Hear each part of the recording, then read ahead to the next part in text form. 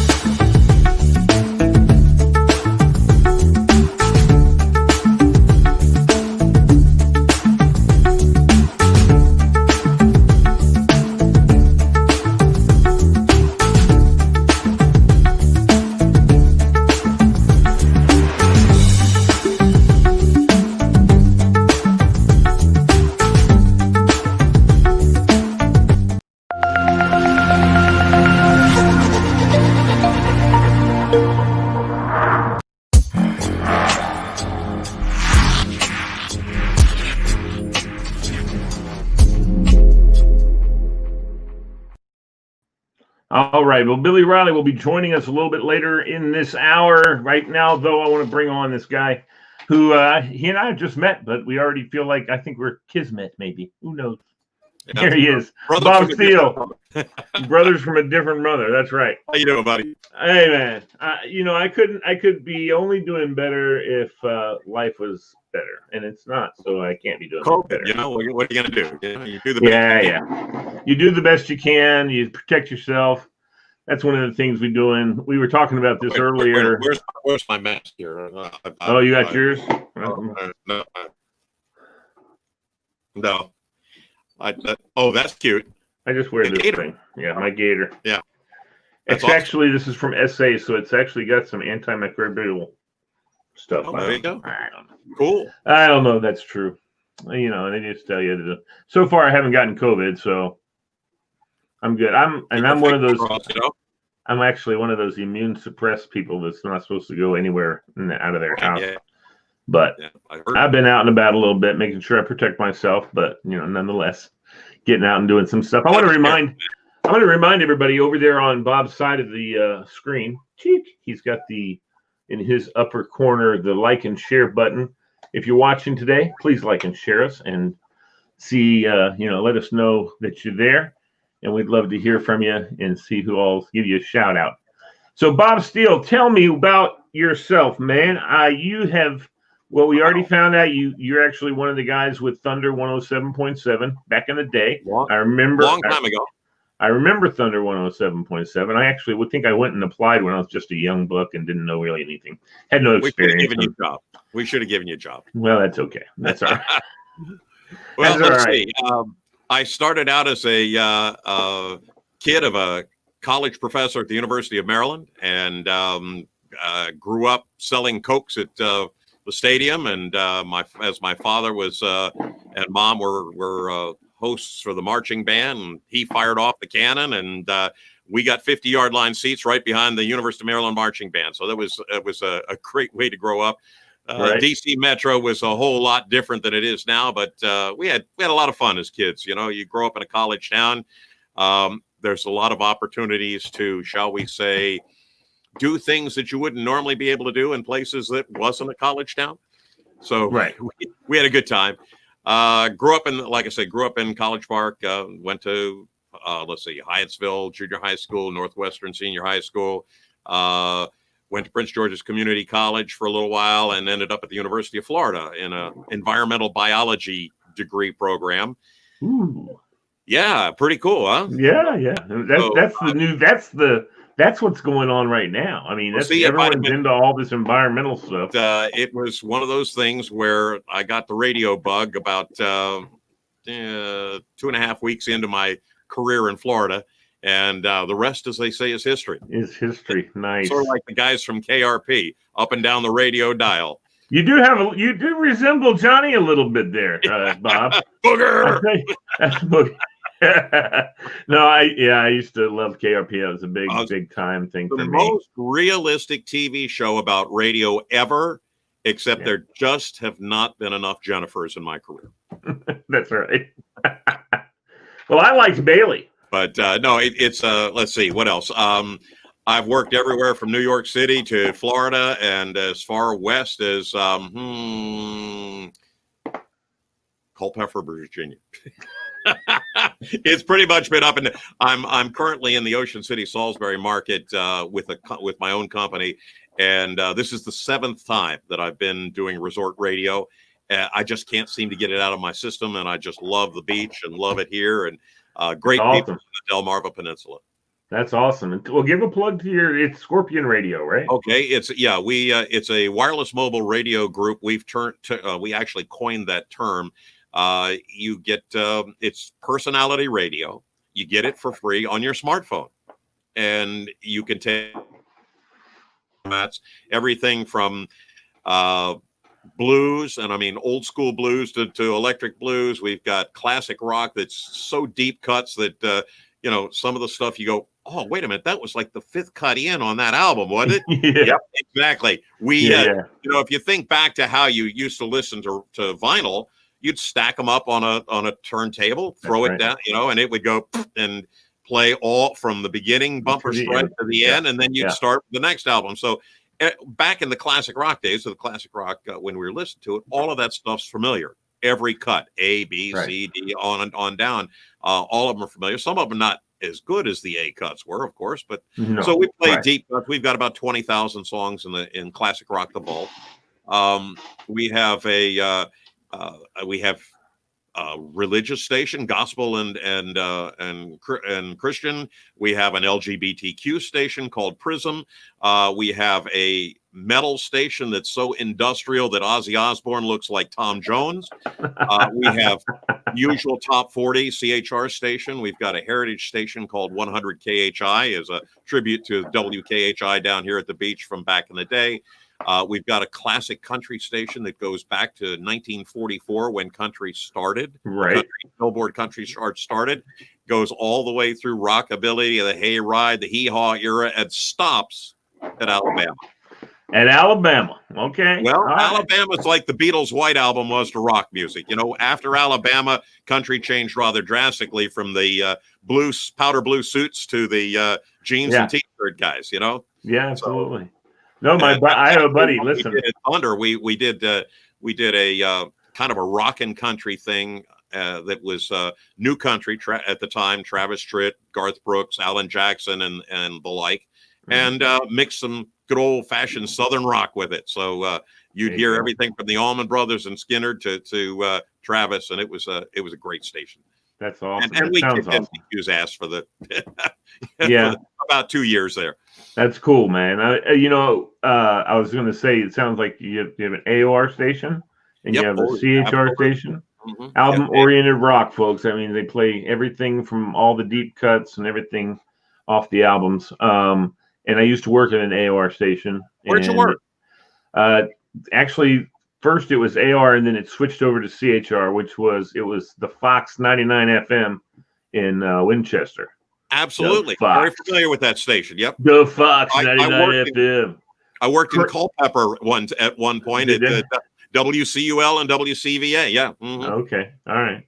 Well, I remember I cut a bunch of liners and stuff for them that after I'd stopped working there, I drove down and was going to my sister went to JMU. So I was driving by and I could hear those. There I was still on the air saying, the Shenandoah Valley's coolest radio station. And those kind of things. You need a voiceover job because I've got some statements. I got an image here. Sure, man. I love it. Love to do it, man. We'll talk after, pal. No doubt about that, Bob. Sounds good. Look forward to it.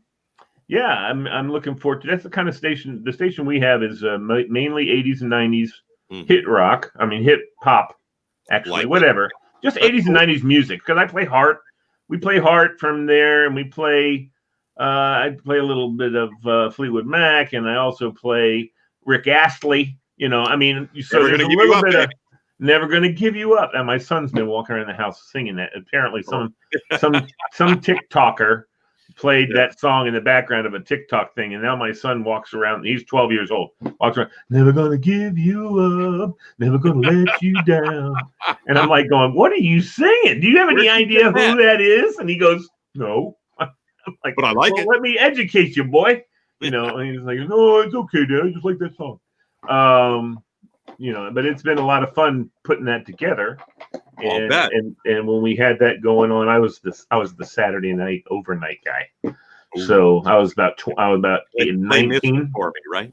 Oh yeah, I was 19 years old, and I went in and applied for the job. And after the program director finished the thing, he goes, "You know what, Lee? It's going to be great to have somebody with a little maturity here." At 19, right?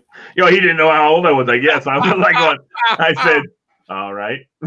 I get the pipes honest for my dad, and I guess the pipes just made me sound, older. Either like you smoke 2 packs of cigarettes every hour, or or good afternoon, everybody. Yeah. So I had a program director once back when you used to be able to smoke in this is dating me. It was WINX in Rockville, and his name was Bill. I can't remember his last name, but he chain smoked in the studio. And he came out, and his ashtray literally was 4 inches tall, full of cigarette butts. And I said, Bill, you're going to die. And he goes, yeah, but I'll die happy. So he always used to do all the pirate stuff, right? Oh, yeah. Yeah. We had one of my favorite things when we had that station, doing that station, was the hallway back to all the offices went right by the studio. Oh. And there's a window right in front of where the jock stood. So you can imagine. I'm seeing the possibilities already.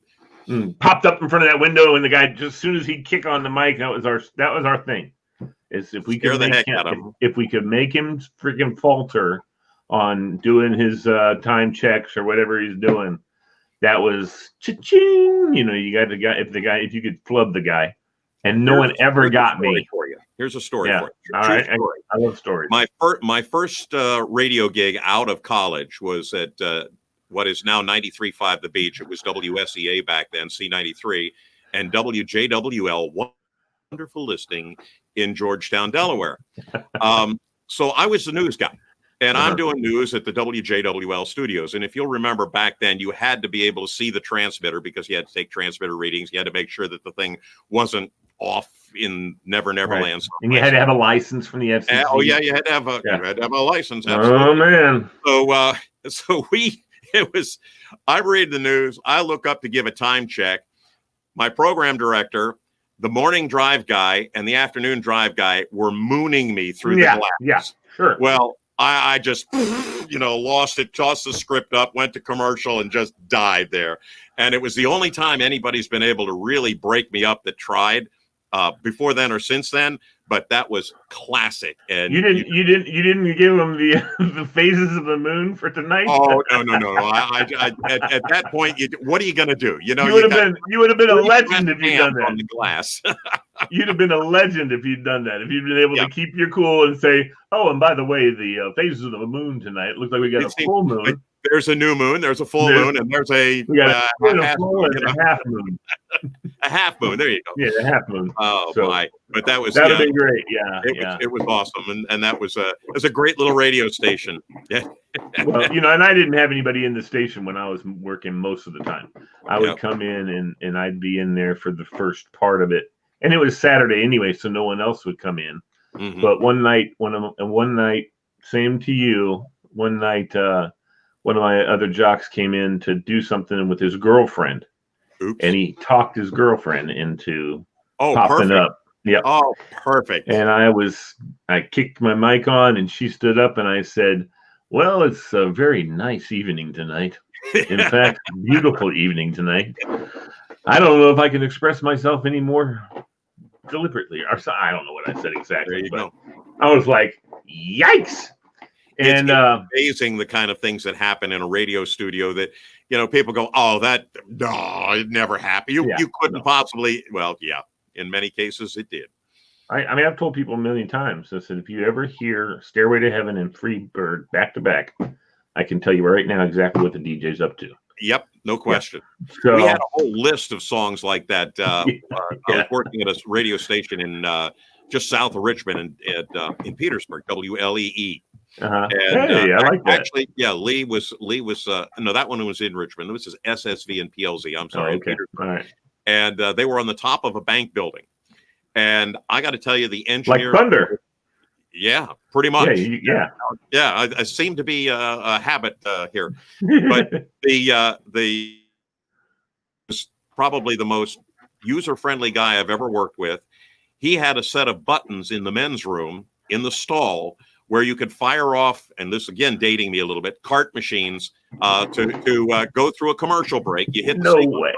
Boom, and you could sit there and fire off the next 5 or 6 songs if you'd loaded the cart machine. If you had it all loaded, yeah, sure. It was great. They had a monitor and a volume control and everything. It's like, man, this is awesome. I love this place. Yeah. And I've been in studios where you had like 8 machines. Oh yeah, you could line up 8 carts, but we only had like I think 6 at FQX, and so yeah, you only had. You had to pick the right song to go in the right slot for the right time. Yeah. And so I just my thought was, I watch these commercials. I want to find an ASPCA cart, the one that has all the dogs. That thing lasts for like 10 minutes. I don't even know. I watched. Yeah, so I want one of those to do with. Do you remember the Saturday Night Live bit where Dan Aykroyd was doing the FM and the AM station at the same time? No, I would have loved to see that. If you get a chance, aside from the Greaseman's advertising bit that he did, check this out. It's Dan Aykroyd doing an FM jock and an AM jock at the same time. I had the opportunity to do that, do 2 morning shows simultaneously, one on the AM, which was the music of your life station, and one on the FM, which was a country station. And as if you're a radio guy, you know that the mixer has a program and audition bus. Well, the program bus was the FM, the AM was the audition bus. It was a huge board, and there was cart machines for the AM and reel-to-reels and stuff for the AM, cart machines for the FM, and CD players for the FM on the other side. Mm-hmm. And they had the breaks set up so that you would do a FM break, an AM break, an FM break, an AM break, and an FM break. Sure. And for God's sakes, don't get them mixed up. Uh-oh. and I'm sure I can't imagine not mixing those up occasionally, though. Well, you're so freaked out for the first 6 or 8 months that you're doing it. I bet you have over the microphone on one side, you have the call letters for the AM, and on the other side, the call letters for the FM. And I got to say, I paid more attention to that morning show shift to any other shift I've ever You had to. Yeah. Wow. That's crazy. Fun stuff. No, nowadays we have the syndication stuff, which I guess they had to extent back in the day, but now it's just huge. I mean, now they got one guy doing everybody's radio morning shows, and they got, Bobby Bones is amazing how many stations he's on, and as young as he is, it's kind of kooky. Uh-oh, you froze up. You froze up, Bob. If you're there, you can hear me. I can't see you or hear you, so you might want to drop out and then come back in on the link, and you'll be able to drink it. Hold on. Oh, I didn't link him. So yeah, do that, Bob. Do that, Bob. All right, ladies and gentlemen, I'm about to bring in our man of the hour. He's yeah, I know Billy. So, Mr. Riley is getting ready to come in with us and join us. So we'll have that on in just a moment. There comes Bob back. Hey, Bob. It was a communist plot. I bet it was. I'm interfering sure with not only the election results, but our broadcast. Yes, it's a matter of fact. I understand how that goes. You know, that's one of the things I have to tell you that you'll probably be jealous of. I don't What's know. that? Doubt it. One of the things that I've decided with MoreJoy, you were asking me earlier off the air, you know, a little bit about MoreJoy. And Sure, yeah. most people who watch know what our setup is. We don't know politics for nothing. I don't talk about politics. We don't talk about candidates. We don't talk about. Basically, the reason why is because the number one rule is at MoreJoy. It's the name of the station, MoreJoy. MoreJoy. There you go. Everything is positive. Everything is I positive. love it. There's I no love negative. that. And Excellent. so, guess what? You can't What? have politics because there's nothing positive about politics. Yeah. You're Right? right. You're right. So, Absolutely. yeah. So, here he comes, ladies and gentlemen. Uh-oh. All right, Bob, buckle your seatbelt. Oh, Lord have mercy. I can't bring him on, actually, because he's got. Look at what he looks like. Look at this idiot. Oh. Bob Steele. What's happening, Billy? My main man. Man, I tell you what. Yeah, this guy and I go back to. We're not going to talk about that. No, of course. No, hell, Everything's on the table. We go back to a little nightclub in Fairfax called JP Manhattan's, and it was a great. My God, that was a great time. And I was the DJ. Billy was one of the star bartenders, and Ralph DeAngelis and a couple of other guys put the club together. I think what is it? It's a her hamburger. Fuddruckers. It's a Fuddruckers now, yeah, which is kind of appropriate. But we had they went out and still meat markets. Oh yeah, it was absolutely a meat market, and it was Ralph recruited the best bartenders from the best nightclubs in Washington and Georgetown. Okay, now understand that we're talking about a bunch of guys equally as crazy as Billy Riley. No, maybe even more so, if you can imagine. Yeah, they all had more experience than me being crazy. They're all older. Kevin Spillane, Joey Kidwell. All right. Mary Farling. Yep. Oh, geez, I'd forgotten about Mary. Yeah. Good old Mary Miller. Yep, absolutely. And so best small, tiny Jewish girl in the game. Oh yeah, about as small as you could find. That's right. But I had no idea she reached across the bar. But the neat thing about this was they also had some of the most efficient and best looking waitresses and wait staff unbelievable in the entire DC metropolitan area. This is JP Manhattan? Yeah. Okay. And so JP was Jerry Phillips, local lawyer, big time stud, and they put together 2 or 3 other people. I think Kevin Sills had some money. Kevin was in it, yeah. Some other people, and it just was magic, Lee. It was just, there's nothing going on in sleepy old Fairfax City. Might have been Cadiz, and that's it. And then the rest of it, Good time there, Bobby Steele. Let me see how my memory is. Every night ended with a certain Van Halen song. Yes, it did. Panama.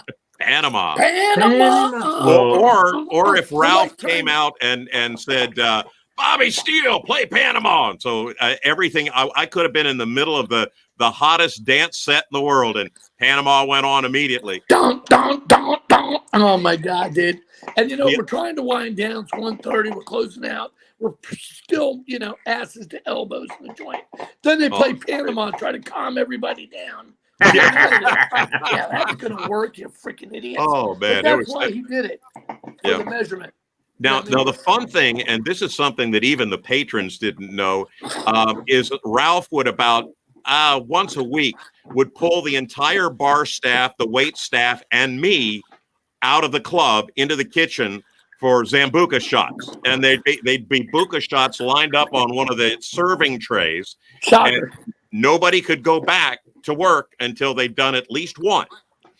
And some of us did more than that. It turned into 4 or 5 for me. Yeah, really. And guess what? Hey, Bob Steele. Yeah. Still my go-to.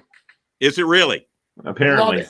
My body doesn't love the sugars anymore, but oh my God, I love me some Zambuca.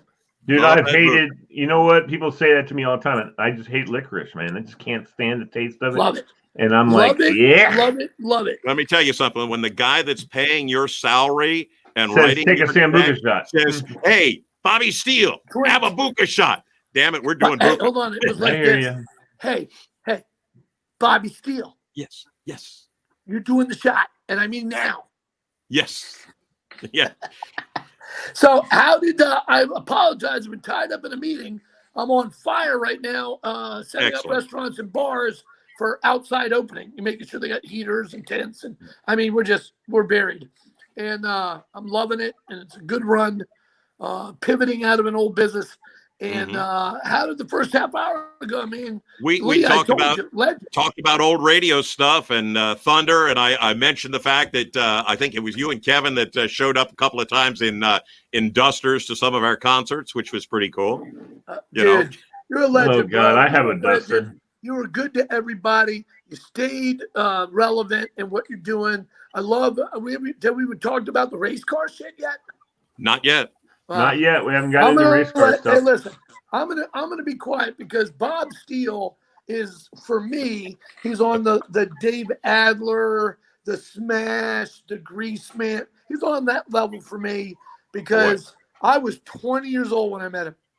I turned 21 at Manhattan's, and for me, the guy walked on water because it was just legendary. He had that freaking Owens black hair from Alabama. He always had that fucking thick mustache gig going on. It's gotten a little grayer here, Dude, but I haven't lost it yet. I still got the same deal, but his is a little more Sam Elliott, and that's why he got all the tail. I mean, I had the mini stash going, so there we go.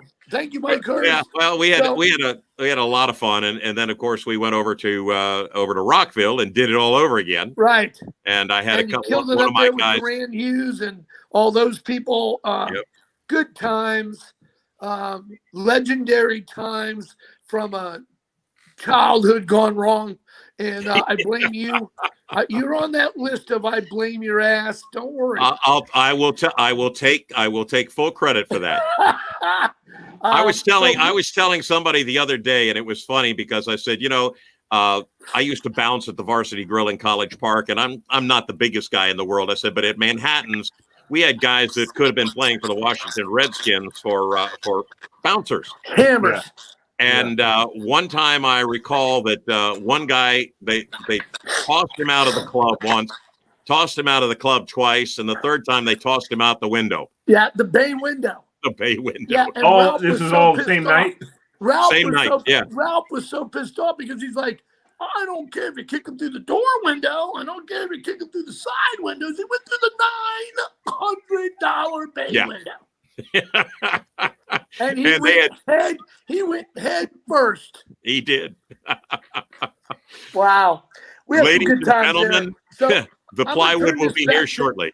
I'm going to turn this back over to Lee, and I'm going to sit back and listen because I hold you to such a high regard, Bob, and I follow your new exploits and the new things you got coming on and your longevity. I mean, I watch all these guys like whose salary nameless, like Al BD that's doing the weather, and some of these other mutts that aren't you. None of them are you.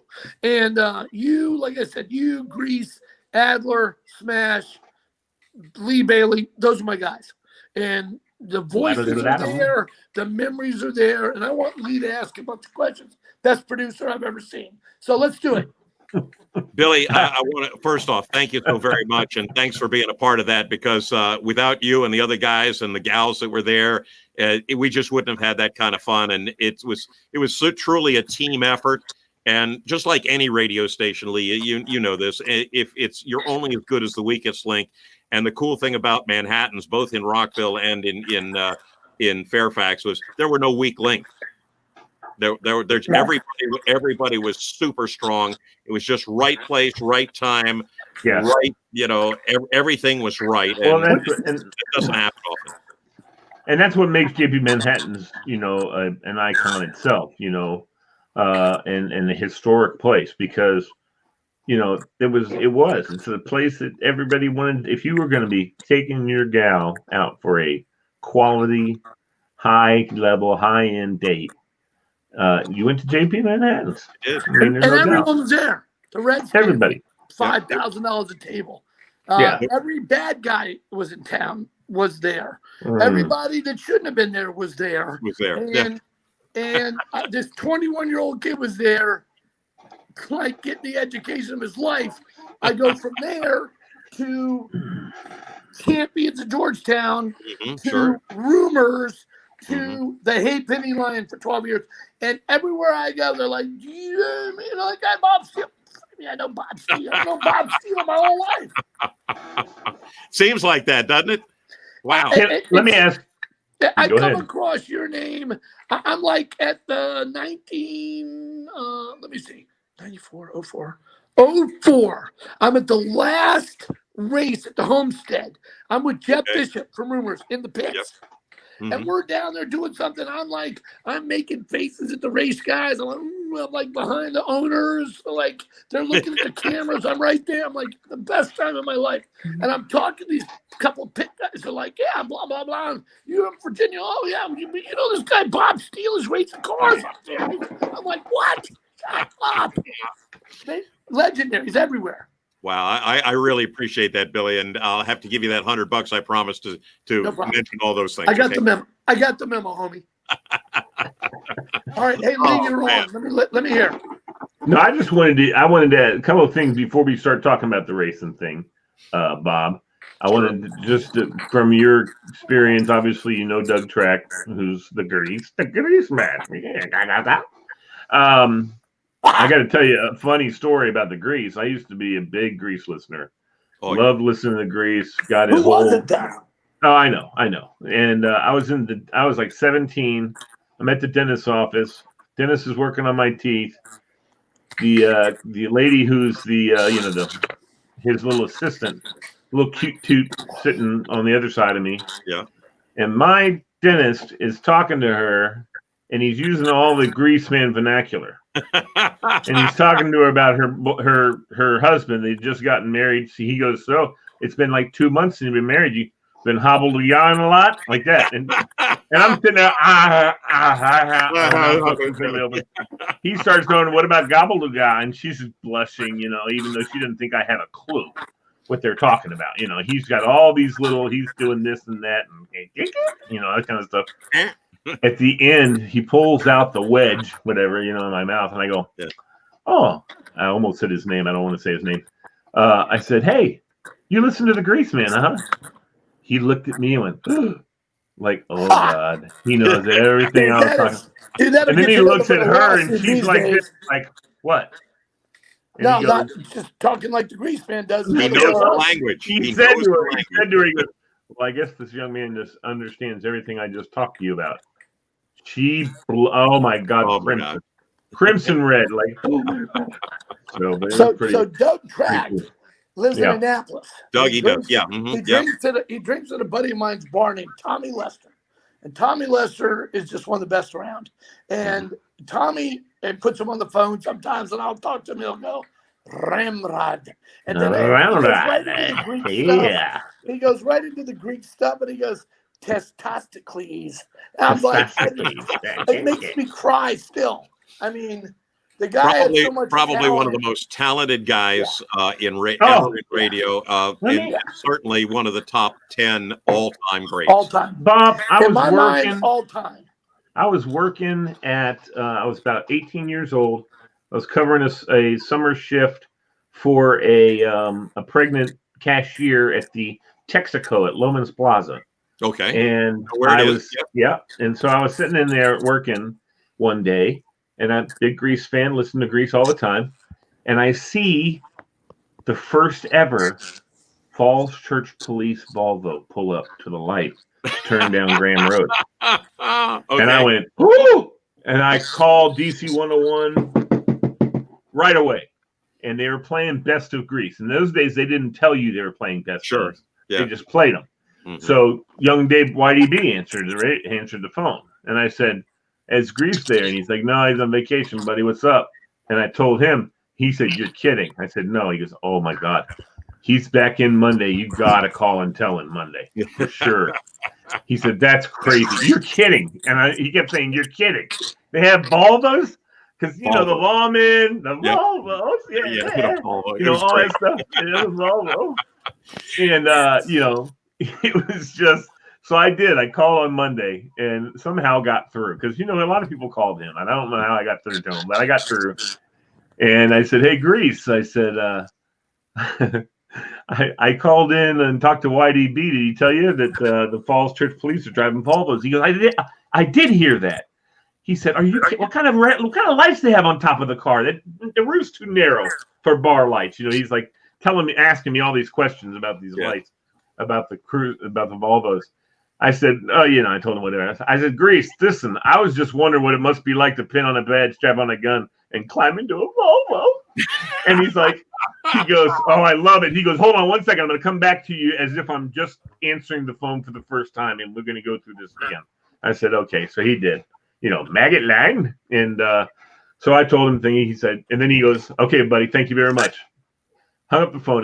They're in the middle of a ad break, right? Mm-hmm.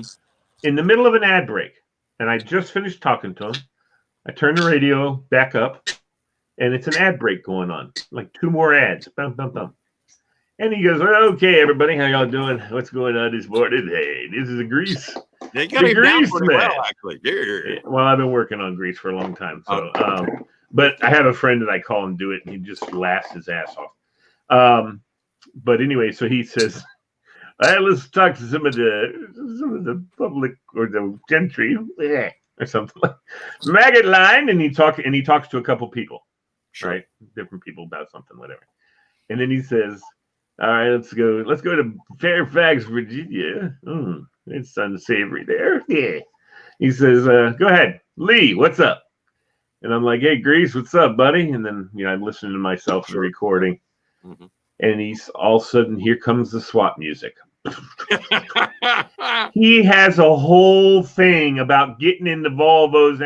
He said, you show up at the studio. You show up at the studio. At the station house for your first thing. And said, the sergeant comes down and goes, "Boys, we got new cruisers."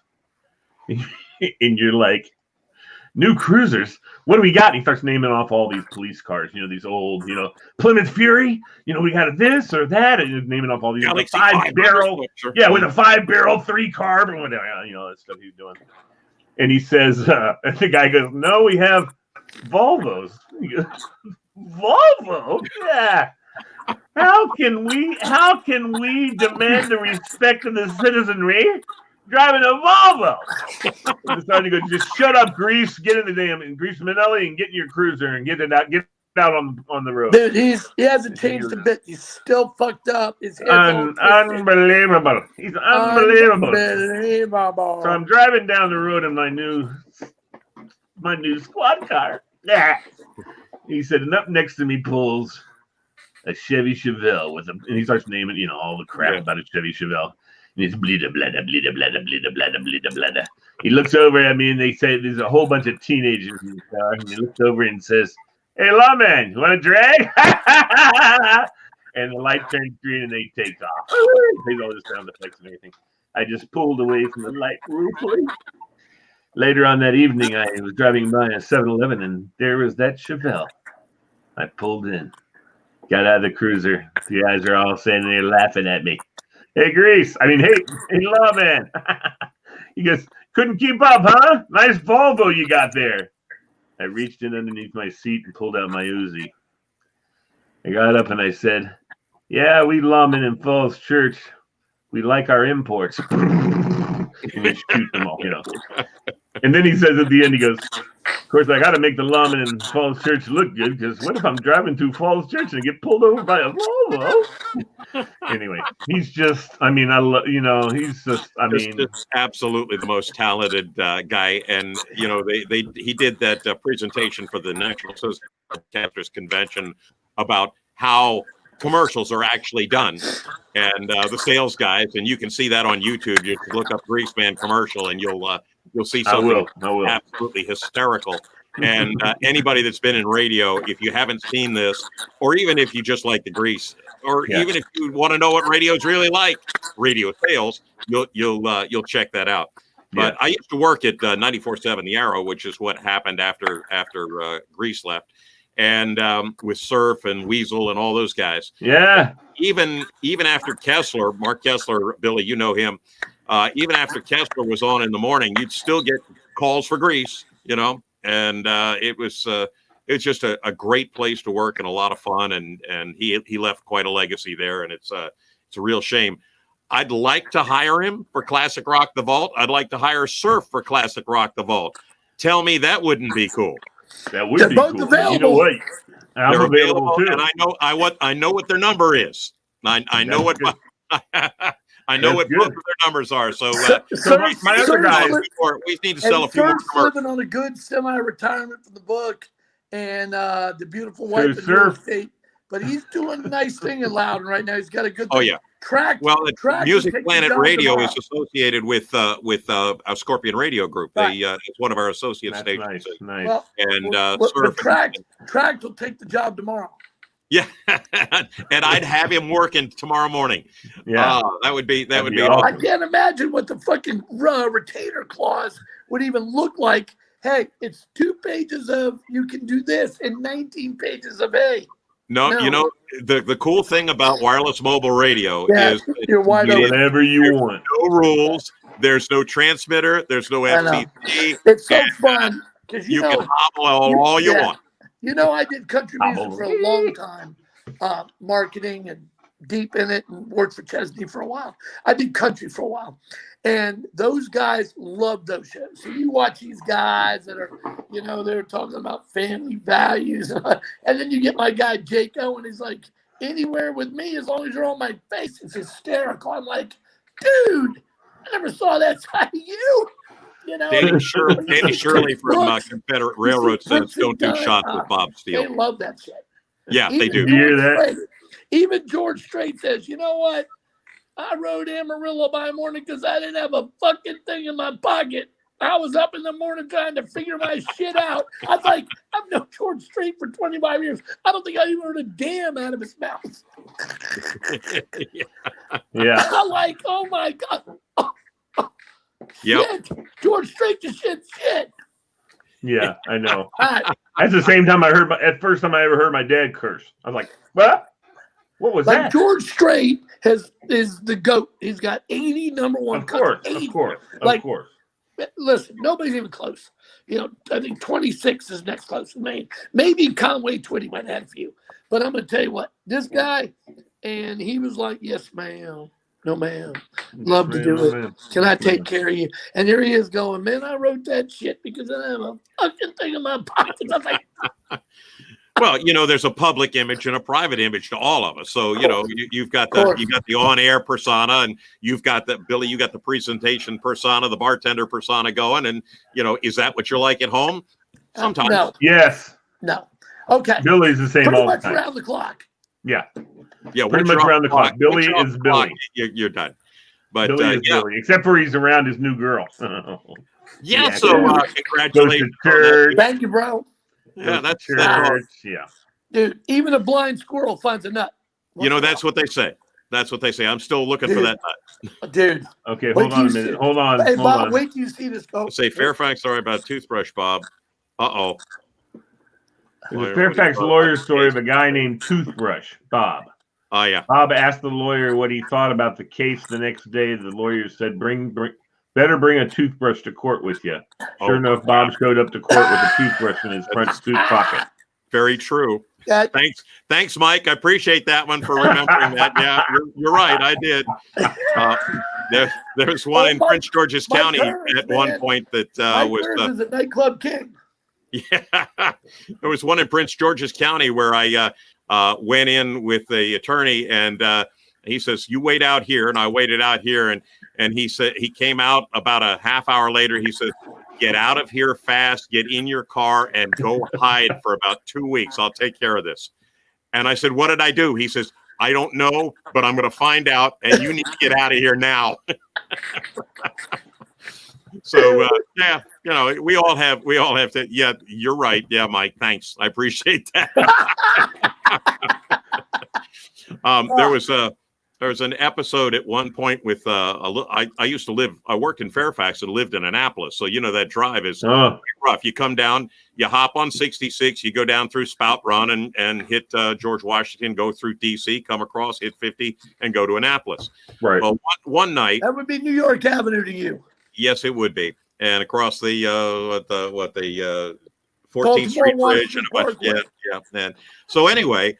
I get to Annapolis. I am literally 2 blocks away from my apartment, and I'm so tired. There's a cop right across the street from me on the other side of the light. For some reason, I just put it in gear and drove right through the. Now I'd been stopped for almost 2 minutes. Put it in gear, drove right through the red light. So the cop obviously pulls me over and he goes, "What's going on? You know, are you nuts? What, are you crazy? You knew I was there." And I said, "Well, officer, I'm very tired. I've worked, over at JP Manhattan's in Fairfax." "Oh, I've been there." And I said, "And I live right up here on off Silipana Road." And he goes, "Oh yeah, I know where it is." He goes, and I said, I'm just trying to get home." And he goes, "Have you been drinking?" And I looked at him and I said, "Yep." And he goes, "Much?" And I went, "Nope." And he laughed and he said, "Can you drive the rest of the way?" And I went, "Yeah." And he goes, "Okay, follow me." So he took me right to the front of my house. And, anytime now you'd have been locked up and the key thrown away. Right. Took me to the house and said, "You have a nice day. And next time, call a cab." And I really wasn't. I mean, I'm sure I was a lot worse off, but it was largely because I was so damn tired. Ran right through that red light. I've done that before. You stopped and you thought, okay, now it's time to go. I guess. I don't know. I knew it was still red and I just put it in gear and let the clutch out and away I went. And of course. Yeah, the only problem with that is that there's a cop right across the street and that's kind of dumb. Yeah. I'm not saying it was smart. No, I know. A lot of things I did back then that was smart. No, I got a good buddy who's a cop and he said, and he hates writing tickets, now he's like almost a captain because he's been in the county for a long time. But back in the day, he was telling me, he said, "You know what, Lee? It was 3 a.m. I'm driving down 236, and I'm in a marked cruiser, and this guy passes me." I'm like, "Christ!" Like 35 or 45 miles an hour there or something. Yeah, and the guy was doing like 55, and he just passed him, and he's like, I was like, "Man, now I got to pull this idiot over because he's a stupid dum. And anyway, he was very pissed off. That guy made him.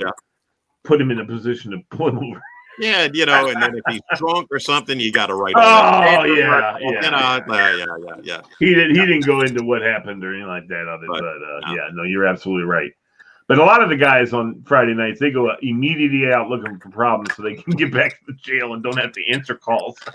Well, the joke is the decoy drunk. Remember that joke, the old joke about the decoy drunk? Yeah, and so. I'm sure that happens more often than not. Yeah. So speaking of cars and cool stuff, tell me about your racing. Yeah, well, Billy, I started back in the early 70s working with a friend of mine in Hyattsville by the name of Tim Mountjoy. He worked on British cars, Mountjoy's Auto Shop, right down by the Peace Cross, and he had he's largely MGs, Triumphs, Jaguars, stuff like that. Yeah. And he decided we had a junker MG around. He said, "Look, guys, we don't do anything on Saturday here at the shop. You guys want to go autocrossing up at the University of Maryland parking lot?" Well, hell yeah, man. That's awesome. He buys the beer. We go and work on the car and he drives the car. Well, we started working around the car and it turned out that it was not a particularly great car. So we dumped that, built another one. And we started racing it we took a driver's school at Lime Rock, a driver's school at Watkins Glen, and started racing a lot at Summit Point.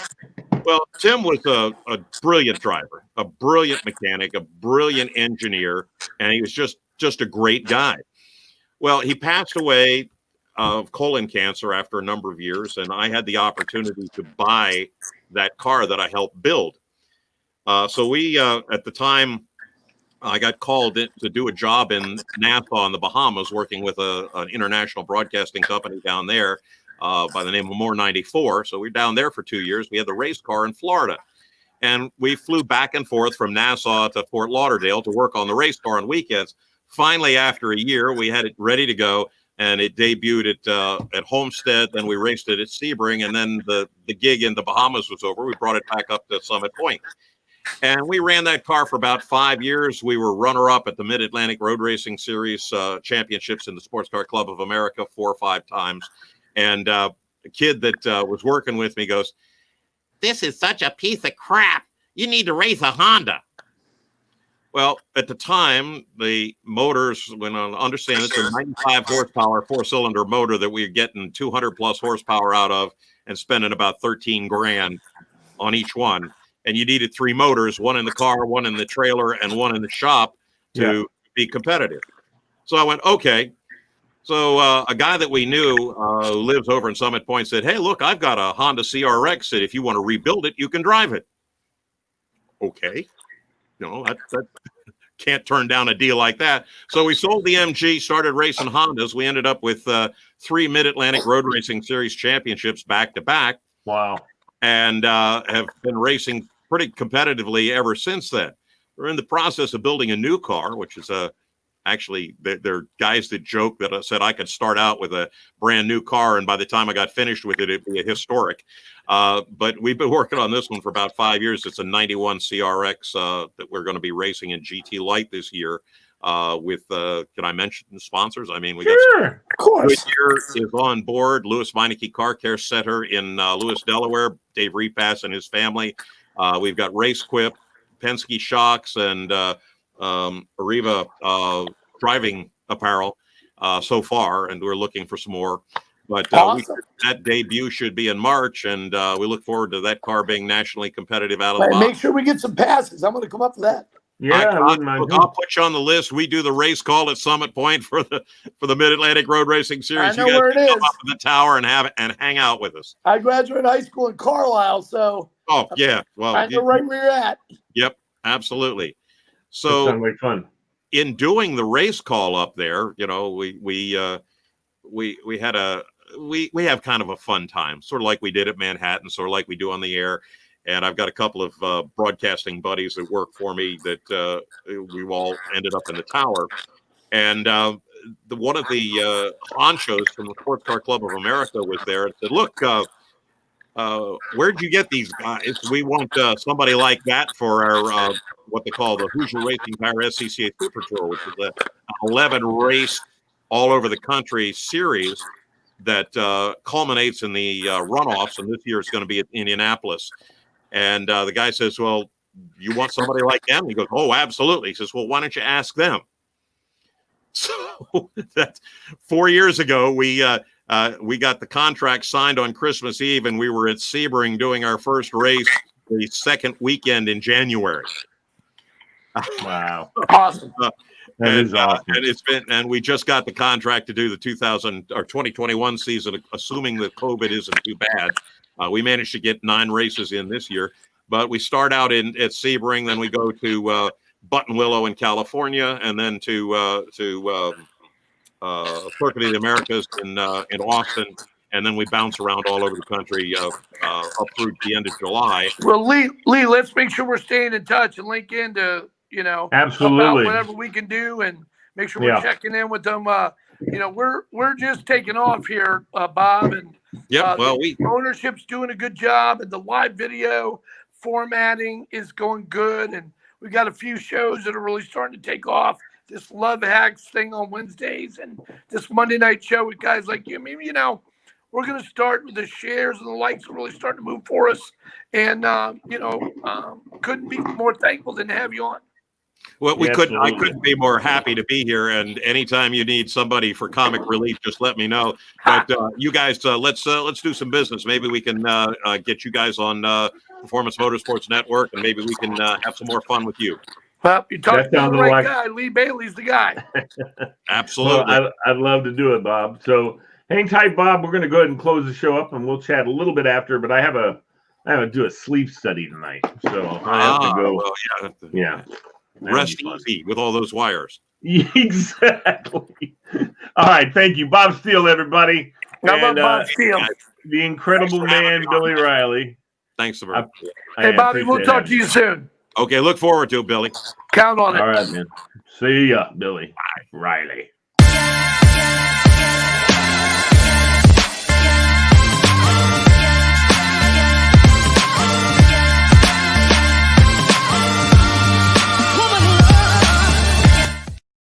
Hello there, my fellow Novanians. Yes, if you're from Northern Virginia, we want you to know that there is now a radio station just for you with all the events, all the information going on in Northern Virginia. We have a radio station that is dedicated to Novanians and all of Nova.